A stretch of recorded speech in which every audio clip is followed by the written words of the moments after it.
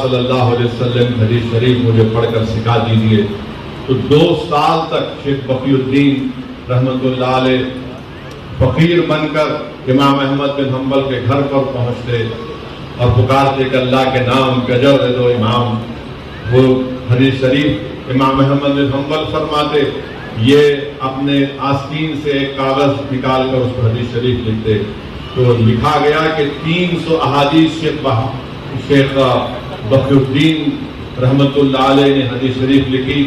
ایک وقت آیا اللہ نے ظالم کا خاتمہ کیا، اور جب امام احمد بن حنبل نے اپنے مدرسہ کھولا تو ہمیشہ امام احمد بن حنبل انتظار کرتے شیخ بقی الدین کا، اور یہ فرماتے کہ میں نے سب کو علم سکھایا مگر میرے پاس جو فیض تھا میں نے شیخ بقی الدین کو دے دیا.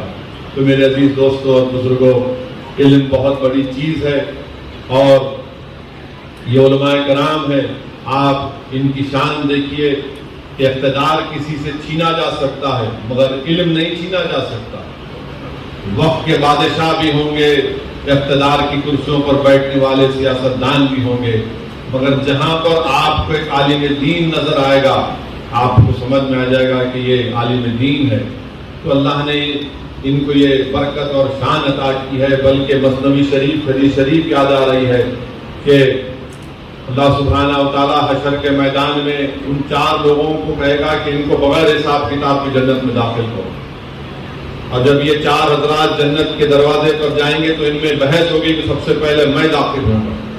اس میں ایک حاجی ہوگا جو پورے حج کے صحیح طریقے کے جو بتلائے ہوئے شریعت کے اصول کے مطابق حج ادا کیا. اور پھر اس میں ایک شہید ہوگا جو اللہ کی راہ میں اپنی جان کی شہادت پیش کی. اس میں ایک عالم دین ہوگا، اور چوتھا اس میں وہ شخص ہوگا جو دولت اللہ نے اس کو دی وہ صرف اللہ کی خوشنودی کے لیے اپنی دولت کو دین اسلام کے لیے استعمال کیا. اللہ سبحانہ و تعالیٰ جبرائیل علیہ السلام کو بھیجائے گا کہ آپ جاؤ. حضرت جبرائیل علیہ السلام جا کر پہلے اس شہید سے پوچھیں گے کہ تم کیوں جانا چاہتے جنت میں. پہلے تو کہے کہ وہ شہید کہے گا کہ میں اللہ کی راہ میں اپنی جان کو قربان کر دیا حق کی کامیابی کے لیے، باطل کو شکست دینے کے لیے. تو میرے عزیز دوستو، حضرت جبرائیل علیہ السلام اس سے پوچھیں گے بتاؤ تم نے کہاں سے سنا یہ بات؟ تو وہ شہید کہے گا کہ میں نے عالم دین سے سنا. حاجی سے پوچھیں گے بتاؤ تم نے یہ کہاں سے سیکھا کہ حج صحیح طریقے سے کرنا چاہیے؟ وہ کہے گا کہ عالم دین سے سنا.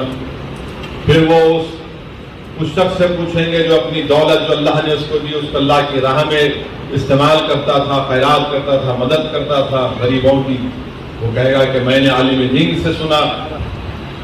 تو جبرائیل علیہ السلام کہیں گے اب تم سب نے عالم دین سے سنا تو پہلا ان کا آپ کے جنت میں جانے کا. وہ عالم دین پکار کر کہے گا نہیں یا اللہ یہ اس شخص کا حصہ ہے جس نے میرے مدرسے کی مدد کی تھی، پہلے اس کو داخل. تو میرے عزیز دوستوں اور بزرگوں، یہ علماء کرام کی عزت کرنا، ان کا احترام کرنا یہ ہم سب پر لازم ہے. اور الحمدللہ میں مبارکباد دیتا ہوں ان ماں باپ کو جنہوں نے بڑی مشقتیں اور محنتیں اور قربانیاں دے کر اپنی اولاد کو حافظ قرآن بنایا. حضرت علی رضی اللہ تعالیٰ عنہ سے روایت ہے کہ اللہ کے رسول صلی اللہ علیہ وسلم نے ارشاد فرمایا اپنی اولاد کو 3 چیزیں سکھاؤ.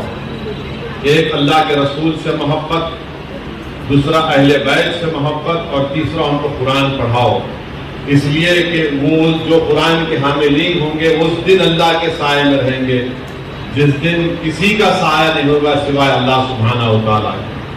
تو میرے عزیز دوستوں اور بزرگوں، ہم تمام کی ذمہ داری ہے بشمول میرے کہ ہم اپنی اولاد کو، اپنے نواسوں کو، اپنے پوتروں کو، اپنے خاندان کے بچوں کو اللہ کے رسول صلی اللہ علیہ وسلم کی محبت ان کے دل و دماغ میں ڈالیں.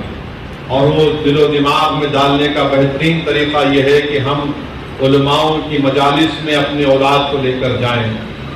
اللہ کا ذکر جہاں پر ہوتا ہے وہاں پر اپنی اولاد کو لے کر جائیں. اور کسی ایک عالم دین نے مجھے اچھا بتایا کہ انہوں نے ایک وقت اپنے اولاد کو اپنے گھر کی چھت پر لے کر گئے اور کہا کہ دیکھو یہ چاند کتنا خوبصورت نظر آ رہا ہے. تو چھوٹے بچے نے کہا کہ ہاں ابا بڑا خوبصورت نظر آ رہا ہے۔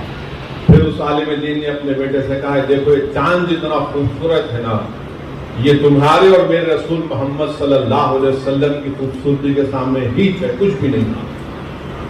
پھر اس عالم دین نے اپنے بچے کو بتایا کہ یہ میں جو عالم ہوں، اپنے بچے کو عالم دین بنانا چاہتے تھے، تو انہوں نے رسول اللہ صلی اللہ علیہ وسلم کی حدیث شریف پڑھ کر بچے کو سمجھائی کہ اللہ کے رسول صلی اللہ علیہ وسلم نے یہ فرمایا کہ ایک عالم دین اور ایک عام آدمی میں فرق یہ ہے کہ جیسا 14ویں کا چاند چمکتا ہے اور اس بازو ستارے اس سے زیادہ 14ویں کا چاند جب خوبصورت ہے وہ عالم دین ہے۔ پھر انہوں نے اپنے بیٹے کو سمجھایا کہ جب اذان سنا بچہ ان کا 4-5 سال کا تھا تو ان کے بچے نے پوچھا ابا یہ اذان کیا ہے؟